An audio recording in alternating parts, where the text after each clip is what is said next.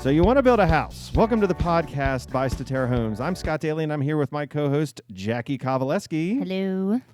How are you today, Jackie? I'm great. How are you? I'm doing just fine. Listen, we have an exciting episode for you today. We're going to talk a little about house design. Yes. We're going to talk about it in the context of lessons from the lockdown. Yes. Right? So you have just gone through, or not just, but one of the probably the most memorable things of your life going forward is going to be the lockdown as a result of the COVID-19 virus. Yeah. Very, very strange. Learning a lot of different lessons. My habits have changed. Everyone's habits have changed. Right. And so there's these defining things that happen to every generation, right? So when I was a kid, people would say, do you know where you were when JFK died? Well, JFK died long before I was born, but not before my parents and my grandparents and these older generations that were around when I was a kid.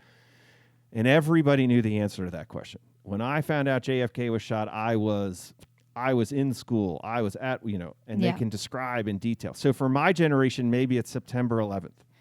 And I know exactly where I was when I heard about September 11th. And I know I remember those days. They were vivid. If you're in Jackie's generation, you probably don't remember September 11th as well. No, I do actually. You do? Well, but I'm definitely on the younger end, but I still remember it. Right. And if you're Generation Z or something like that, you don't. You don't remember it. No. And that's all okay. So if you're an adult or you're an older child or anything like that, the lockdown and the pandemic that swept the world in 2020 is going to be one of those things that you're always going to remember. Sure. Because hopefully it was a very unique, very tragic event that never happened again. Yeah. So fingers crossed. But so here's why that matters. We're not really here talking about that. Everybody lived it. You got your story. I got mine. Mm-hmm. And I'd love to hear them some other time, but you probably don't want to listen to a podcast about that. No. But what it did do is it did make you spend a lot of time in your house, right? Yes. Oh, my gosh. And for some people, that was either really good or it was really long, right? A lot of time in and around the house with the people that you live with. Which that can be, part of the problem. And so what we're trying to sort of talk through is how we think that impacts the design of a new house. Because it does. It should have a huge impact. There are some lessons that maybe if you're thinking about building a new house, you've been through the lockdown, and maybe there's some lessons from the lockdown that can help you design a better home for the future. Right. And so what's so crazy is that a lot of people start with square footage when really, if this didn't teach us one lesson, or if it taught us a bunch of lessons, one of them would be it's more about utility of the house. Right. So people probably found out that their house is lockdown friendly, and some people pretty much found out like, sweet Jesus, I just want to not kill anyone. Yeah, I'm going to go for a car ride. Right. Even though I'm not supposed to kill anyone either. So just which one law? Car ride, just one. Which law am I going to break? I'm going to I might get a ticket for driving my car. The other one, I go to jail forever. Yeah. Right. So, and we're kidding. Don't hurt anyone. Those are jokes. But so one of the things we get all the time is, I'm looking for a 2,000 square foot house or a 2,200 or a 16, whatever. Everyone puts a number on it. Where did that number come from? I have no idea. But there has to be a sensible reason people say, I want this many square feet. Right. And I think a lot of it is they're looking at floor plans and they're looking at price and they're thinking, okay, around here. This is what I want. I want a 4-door car. Mm-hmm. I want a V6 engine. Or maybe their former house or their current house has that same But a lot of people have no idea how many square foot their house is. You ask my wife how big our house is, I guarantee she tells you the wrong answer. It's 11,000 square feet. Why does she doesn't sound like that. Why did you make her sound like that? No, but that's her answer because our house is big. And it's big because we had kids. And the kids are gone and the house stayed. And it was perfectly sized for when we had kids. And it's big now. It's just big. It allows us to collect junk that we don't need or shouldn't keep. Anyway, so that I think that square footage number, I agree with you, is so misunderstood. And so let's start to talk through like some ideas of the size versus, like you said, the utility. You know, like a well-designed, very small house probably could have been lockdown friendly. Sure. Right. So I guess you would say this. Like, so here's a question to ask yourself. How many of your spaces were you really using? So it could go back to the lockdown. Okay. And you're in your house, and whoever's locked down with you is locked down with you. There you go. That's those are your people. Mm-hmm. And then if you're thinking about designing a new house for your life, think about the spaces you used and the spaces you didn't. Right. And I have this theory, and my theory says this. My theory says that people had a lot of space in their house that they never went in, even when they were spending a phenomenal amount of time in their house. Absolutely. Right. So doesn't that make you ask a question? If I don't ever need this room when I'm stuck in my house and I can't leave, then why do I have that room? I think someone could make the argument that, when things are freed up, they want that room to allow people to stay over. Okay. But they don't need 3 rooms for people to stay over. Right. And so that's a fair question. And so if you're thinking about building a new house, have that conversation about, hey, what did we really use and what did we not use? And then, like you said, so what are some of the exceptions, because that was an exceptional time. Mm-hmm. But generally speaking, when it's just your nuclear group, whether you're an empty nester, whether you're a family, it's your people at the house. Sure. You're using some spaces and you're not using other spaces. And then the question is, on your new house, if you don't use those spaces, what do you need them for? I mean, we run into people all the time who are retiring down in Delaware, and they literally want to spend, I don't know, $100,000 building this gigantic guest suite, whether it's putting a second floor on a ranch home, whether it's finishing a basement. And you kind of want to look at these people and say, hey, you know what? Like, your kids are not going to come down here as much as you want them to with your grandkids. They're just not. Mm-hmm. And you're going to spend a phenomenal amount of money to try to create that experience. Man, take them on vacation, because they will go. If you pay, they'll go. Sure. And you want to create experiences. Ultimately, that space is created so they will come to your house, stay with you, and create a memory and have time together and live little bit of life together. Mm-hmm. And so there's probably more economically efficient ways to create those seasons in life than there are building this gigantic house that they're not right. gonna I mean, use. how many times is that really going to happen? Right. Hopefully a good amount.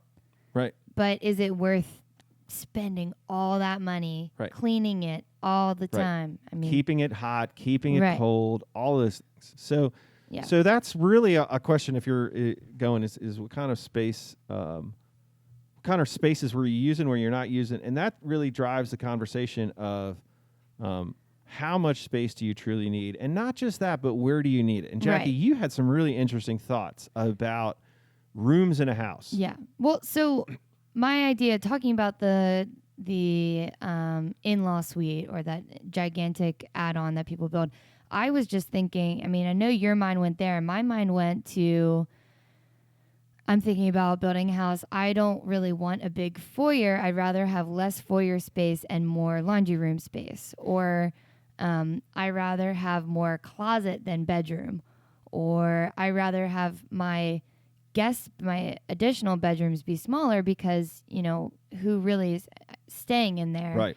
And even if you make the argument, I would say, okay, you have someone stay for a weekend, they don't really need to have a big bedroom. But then you could make the argument, well, what if I have kids and I want to grow into the house? Well, they can live in a 10 by 10 bedroom, because I lived in like an 8 by 9 dorm room for, too much time. So it's possible, and I'm not saying they need to be just, stuffed in there, but a 10 by 10 bedroom is a good size, and you can have a nice closet in there, and then ultimately they come out into different parts of the house. Right. And so then it's, do you have a playroom? Well, the kid probably spends most of the time in that room, and then he sleeps in, he or she sleeps in the bedroom. So when I'm thinking about building a house, I think about what I do daily that sort of fits my needs, not the traditional, a house is supposed to have X, Y, Z. So what you're saying is you'd actually like to have a house that fits your life. Yes. Yeah. Have you ever heard that before No, on this podcast? Where'd you come up with that of all idea? the marketing I do for this company. Right? No, I think I might align with Way that to be a on little message, bit. Jackie. I do. I am on message, and I really believe it. Right. And we have always said, if you go back into our marketing or you go back in this podcast is, a house is the setting for the story of your life. And boy, the lockdown taught us that, man, it could be a lot more of the setting than maybe we'd like it to be. Right. Hopefully not. But Right. But so I think what it's you're going to saying be. is think about how you live and don't just take necessarily the traditional house that everybody needs, 3 bedrooms, 2 bath, open floor plan, blah, blah, blah, which Right. grow on trees. Literally every builder has Right. 3 of those. I think builders and realtors are guilty, and they might be right, you can tell me, of pushing that agenda. You Right. have to have this, you have to have this, because what if resale? What if you want to grow into it? What if this? But you should definitely take a minute and say, am I compromising the way I am going to live for that emotional feeling of safety in purchasing Right. the house? Right. And there is kind of a balance, but I think what you're There saying always is is. we're sort of out of balance. That if all you're doing is thinking about how this house resells, Right. what about your life while you're in it? You haven't even lived in it yet. Right. Don't build a house for the next people that are going to own it. Right. And I'm not saying, we have 2 extra bedrooms. Jackie and Scott say we don't need it. Well, you might want to have a little home gym or an Right. office, but that, again, it just goes back to, am I going to work from home a little bit more from now on? Right. Okay, well, then I need this office space. Am I going to be teaching my kids at the breakfast table, or do I need a dining room? Do we need the open floor plan? Do we need more privacy, and we need the sound to be kept down a little bit? Right. Which brings us kind of to the sort of the second phase of what we're talking about is how do you use the space? And, Right. you kind of really touched on that is one of the things that spending a lot of time in your house is giving you the opportunity to do is really analyze how you use the space of the house. Because a lot of times when you're just running and running and running, you don't really get to think through the space of your house. But, we were locked down, at least in Delaware, at a time when the weather wasn't that nice outside. You weren't. Right. Yeah, no, And it wasn't. a lot of the outdoor spaces that you would go at the beaches and here in Delaware were closed. Mhm. So you're in your house. You don't even want to be in your yard because it's freaking cold and raining. Right. So Which there is, you go. Yeah, I mean, that brings us to the outdoor space as well.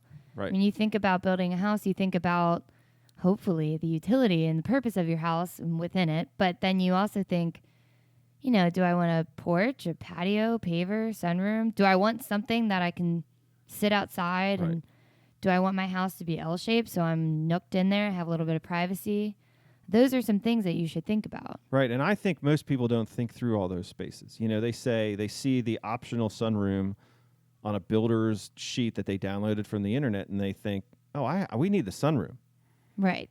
But the sunroom, which, in a lot of floor plans is tacked onto the dining area, which is tacked onto the kitchen. So it's really an extension of the kitchen and the dining area. Right. What do you do with that space? Well, that's what I'm saying. So in my opinion, I think a lot of people go a little too far. They might not, but with a big island, a breakfast area, a dining room, and a 3 seasons room or a porch.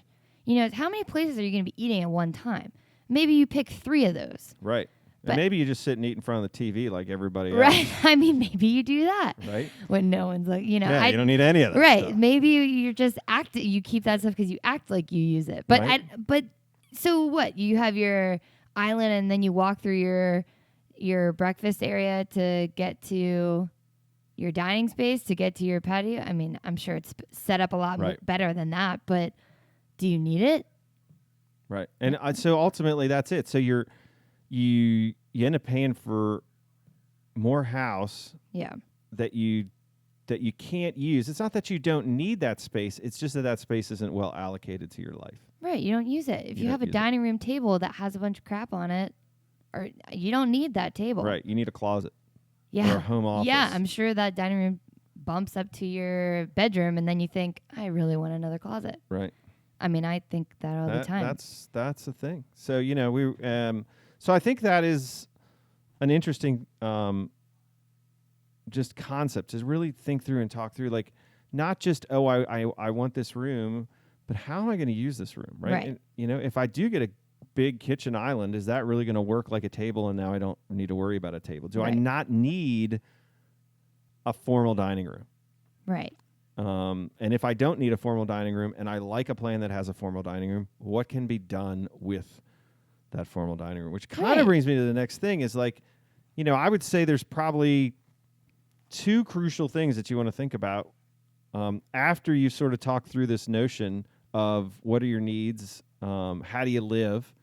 There's two things you want to think about with the builder, and so you've just really had this opportunity through the COVID-19 nightmare of figuring out how you live in a house, right? Because you spend all this time in this house, and I think it is it changes how we live. You're going to work from home more maybe if you're working. So a home office is a consideration.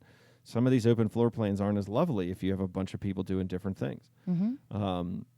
And so, but then it's like, okay, so I want to build a new house, but I have this great science experiment that lasted for a long time of me in a house. So now I know, what kind of space do I need and not need. And so, and I would think there's a couple of things to think about. One is versus, how about a nice space instead of a big space?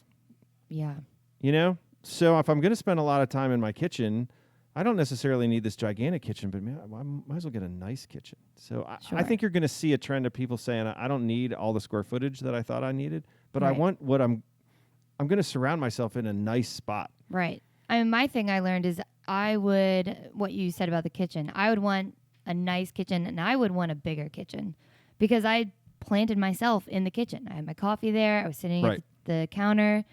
And then when people come over, we sit in the kitchen.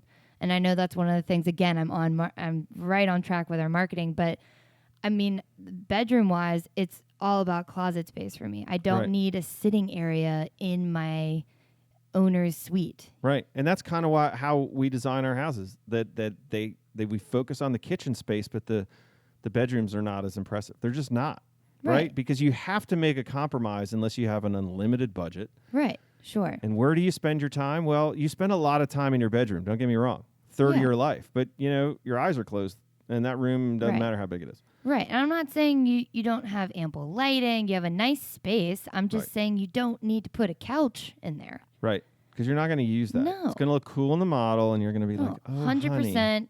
More cabinets. Open it up. That's one of the things I would definitely go with. You're going to use. Yeah.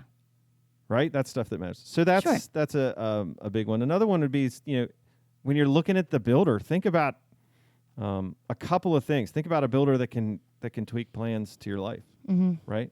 Make those changes. Right? So if you're talking to a builder and you have to take the way they do it, and you've just gotten all this new data about the way you live, and it doesn't match, go somewhere else. I just at least shop around. Don't compromise right away. Right. Don't say, well, these are the dark cabinets. Oh, well, maybe I can just buy another dresser and I'll put it in there because I don't have as much closet space that I want. And just don't do that. Right. See what you can get first before you're already compromising. Right. So, and the other one would just be, look at some little things. There's some little things that we do at Statera that don't really show well. But if you spend a lot of time in a house, you come to appreciate just some little things. What do you mean by that? So, just take the fact that we put insulation around the master suite and we give you a solid door. Right, yeah. So it just blocks noise, right? Open floor plans, everybody loves open floor plans, but open floor plans also allow noise to go everywhere. Except you don't want it in the bedroom. So what you might have learned during the lockdown is you've got someone who's a morning person or someone who's a night owl. And that's okay. So let's design a house that lets somebody get up early without everybody having to get up early. Sure. Or vice versa. Somebody stay up late without everybody having to stay up late. Sure. We thought through some little things about that. Accessibility is another thing. If you were with somebody during the lockdown who had limited mobility, is the house equipped to handle that? Does the house give you some flexibility to occupy that house in different seasons of life? Right. We've thought through that. And that's one I think I had touched on, don't buy the house for, I guess don't compromise when you haven't even lived in it yet. But I think that is something that you should absolutely think about. You think about what season of life you're in. Accessibility is something that is a smart decision to make those accommodations. All the time, right? So think about a house that has some flexibility in the finishes. Like you said, wow, I want a nice kitchen. Why do I want a nice kitchen? Well, I spend a lot of time in my kitchen. And that's where I would entertain. I want that to look nice. Right. And so are there some design flexibilities? Can I put some things in my kitchen that aren't just standard stuff? Do I have, that level of Right. Can I go fun with the flexibility. backsplash, or do I just have to just not get it and do it later And myself? I right. know I don't want to That do that, is a big deal. Or maybe you do. I don't know. Technology is another thing. Just little things like the USB charging outlets that Yeah. we put in our kitchens and our bedrooms so they can Huge. charge stuff. Smart thermostats, little things like that. And even some of this stuff that it all relates to the cost of ownership. Buying an energy efficient house with some quality materials that's going to last. If you spent a lot of time in a house, the things that weren't done high quality in that house, when you have to spend day after day after day in that house, that really starts to bug you. Yeah. You And really, heat and cool it. right. You really start to look at this stuff and go, why did I ever think that was okay? Well, it wasn't. Right. That's the bottom line. It wasn't okay. Yeah. So I think those are all things that, just ought to be considered. So, this is kind of our podcast on lessons from the lockdown. Yeah. And it's taking, what was a difficult experience, but also a very memorable experience, and trying to say, how can we use that experience to build a better future? Right. And I think that's what, that's all you can do with what we've all been through as a world. I mean, this is something that the world has experienced. It's very unique, but Right. you're going to, if you're thinking about buying a new house, even if you're thinking about buying a used house that's new to you, you just spent a lot of time in a house, and I think it's worth unpacking that, figuring out how you live, and then finding something that really fits. Right. Like you said, your very own science experiment. Right. And Even though it was forced, hopefully it was helpful. Right. Well, this is trying to make it helpful. And like Jackie Right. said, don't settle. Right. Don't settle. Maybe it makes sense to buy a house that's a little bit smaller and a little bit nicer and a little bit more to your life than it is to just buy the biggest house because you think that's the best value. No, value means different things to different people. Right. And so if you're sitting there saying, well, the only value is in the size of the house and I need a really big house for a really small amount of money, it's like, is that going to make your life better? Maybe. I mean, look, everyone answers that question differently. But like you said, like, hey, a really nice kitchen and I'll give up a really big bedroom. Sure. And I'm on a budget. And that's real. Yeah.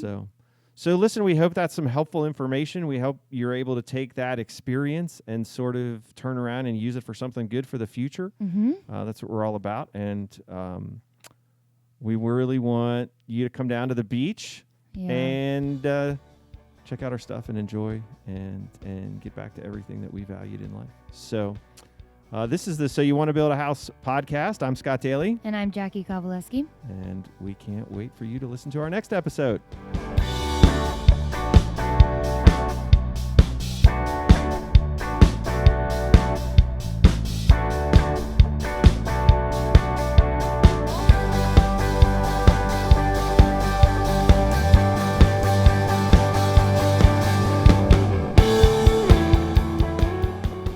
So You Want to Build a House is brought to you by Statera Homes. Statera Homes is a craft home builder in southern Delaware. This builder finds value in working with you to build a home that is the perfect fit for your lifestyle. Statera truly sets themselves apart from other builders in the area. To find out more, visit their website, www.staterahomes.com. That's STATERAHOMES.com.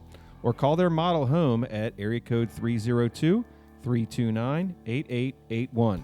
That's 302-329-8881. Music from this podcast was by the band Defining Parallel from their recent single, Painted Lives.